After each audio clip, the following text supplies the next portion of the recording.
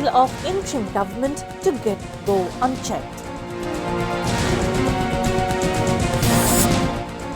Prime Minister seeks plan from city administrator. PM to inaugurate family card project on March 10.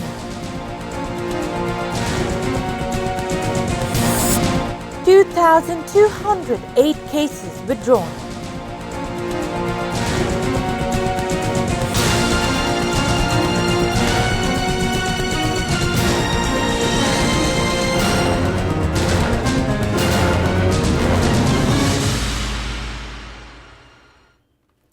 Those were the headlines. Good evening, viewers. I'm Nafisa Nawal with English Bulletin.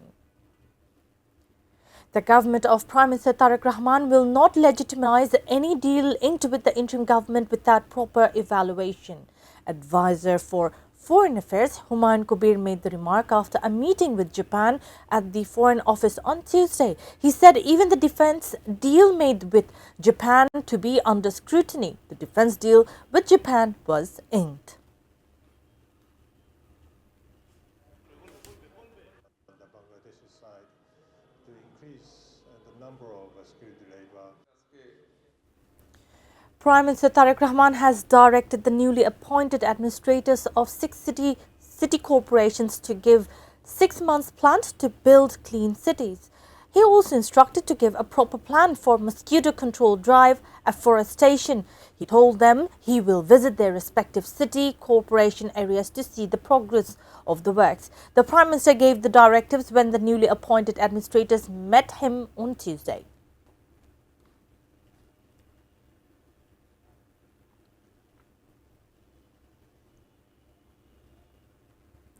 Prime Minister Tariq Rahman will inaugurate Family Card pilot project on March 10. Primarily, the Family Card project will be introduced in 14 upajilas. The decision was made at a meeting presided over by Prime Minister Tariq Rahman at the Cabinet Division boardroom at the Secretariat on Tuesday. Later, Social Welfare Minister A.Z.M. Zahid Hussain briefed the media about the inaugural date of Family Card pilot project. He said the Family Card holders will get Taka 2,500 per month. There will be no political influence on the project. The allocation of fund for Family Card project will be fixed in the current fiscal, he added.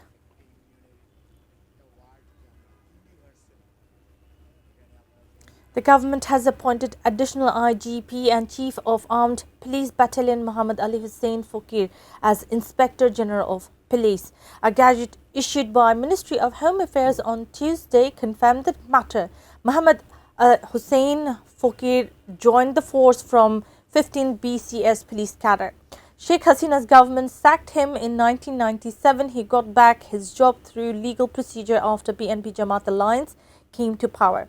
He became DC of DMP's Uttara zone in 2008 after discharging duty as SP of different districts. He was sent on forced retirement by Sheikh Hasina's government in 2022 while working as SP of Rajshahi's DIG office.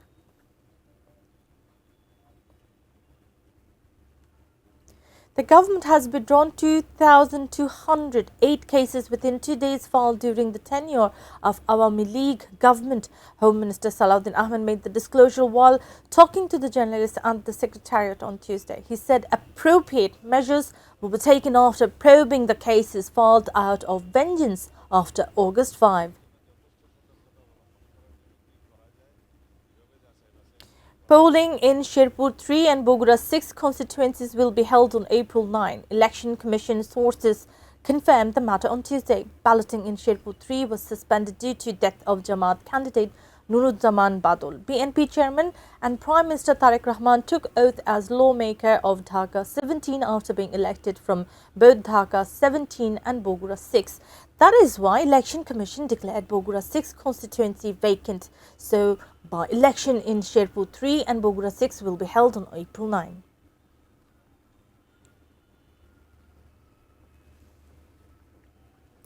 Legal steps will be taken if any loopholes are found in the probe of July massacre cases filed before the International Crimes Tribunal. New Chief Prosecutor of International Crimes Tribunal Aminul Islam made the remark while talking to the media. He said stern actions will be taken if evidence of graft is found against any prosecutors or any other persons of the tribunal. He said this tribunal will be guided by law. Earlier, the newly appointed chief prosecutor held meeting with the prosecution team at the conference room of office. He was briefed about the overall status of the July-August crimes against humanity cases now undergoing before the tribunal.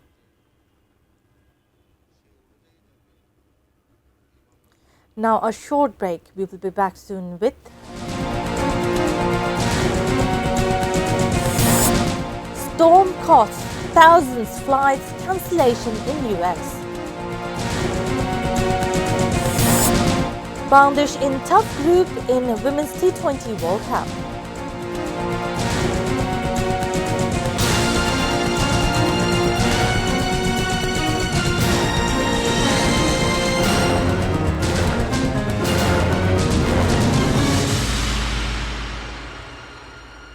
Welcome back. You're watching ATN News English Bulletin. One more injured of Chattogram Halishohor gas explosion injured has died. The death toll now stands at 3.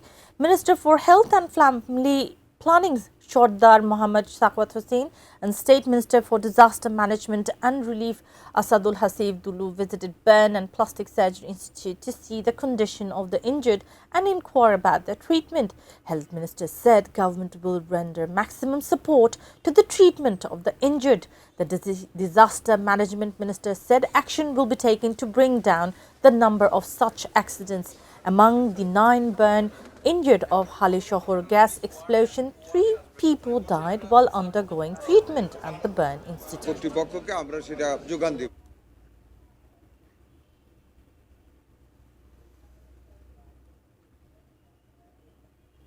Now news around the world.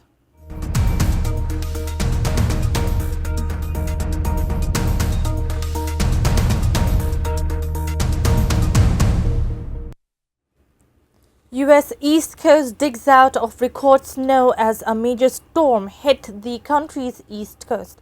This caused disruptions for millions, while over 5,000 flights have already been cancelled, with Boston, New York and LaGuardia the worst affected. National Weather Service said weather warnings stretched from North Carolina to northern Maine, with some in place further north in parts of eastern Canada.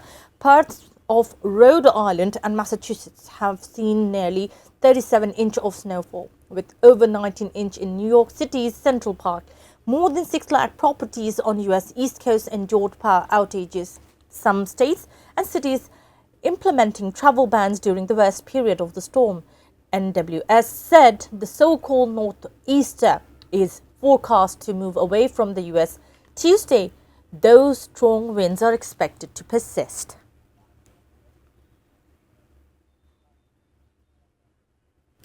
Ukraine marked the 4th anniversary of Russia's full-scale invasion on Tuesday. Russian forces invaded Ukraine on February 24, 2022, and despite negotiations, efforts and end still remains elusive. Russia's invasion of Ukraine, now entering its 5th grim year, has already gone on longer than the entire fight on the Eastern Front since World War II. Thousands of each country's troops died on the battlefield since Kremlin ordered troops into Ukraine, confident of quick victory but not expecting fierce resistance that followed.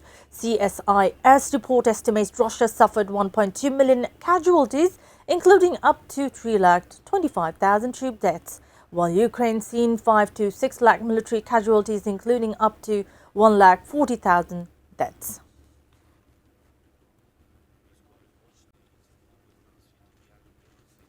Viewers, we will take a short break. Stay with us.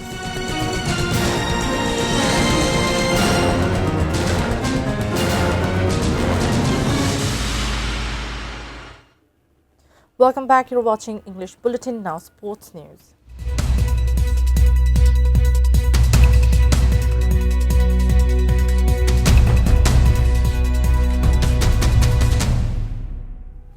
Bangladesh has been drawing into a challenging Group 1 for the 2026 ICC Women's T20 World Cup. is set to hold in England and Wales from June 12 to July 5. ICC has been unveiling 4 tournaments scheduled for the 9th edition of Women's T20. Bangladesh is participating in the tournament for the 7th time. The Tigers have been placed in Group 1, facing Australia, South Africa, India, Pakistan and the Netherlands. Group 2 includes host England, West Indies, New Zealand, Sri Lanka, Ireland and Scotland.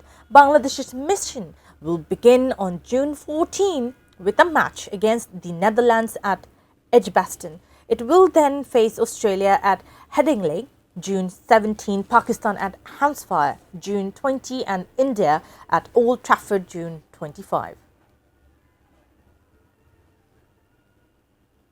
Before ending the bulletin, top stories once again. No deal of interim government to go unchecked. Prime Minister seeks plan from city administrator. PM to inaugurate family card project on March 10. 2,208 cases withdrawn.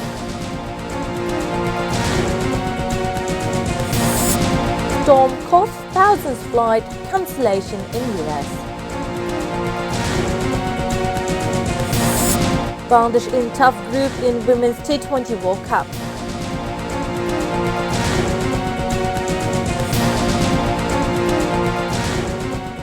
That's all from the newsroom for the moment. Thank you for being with us.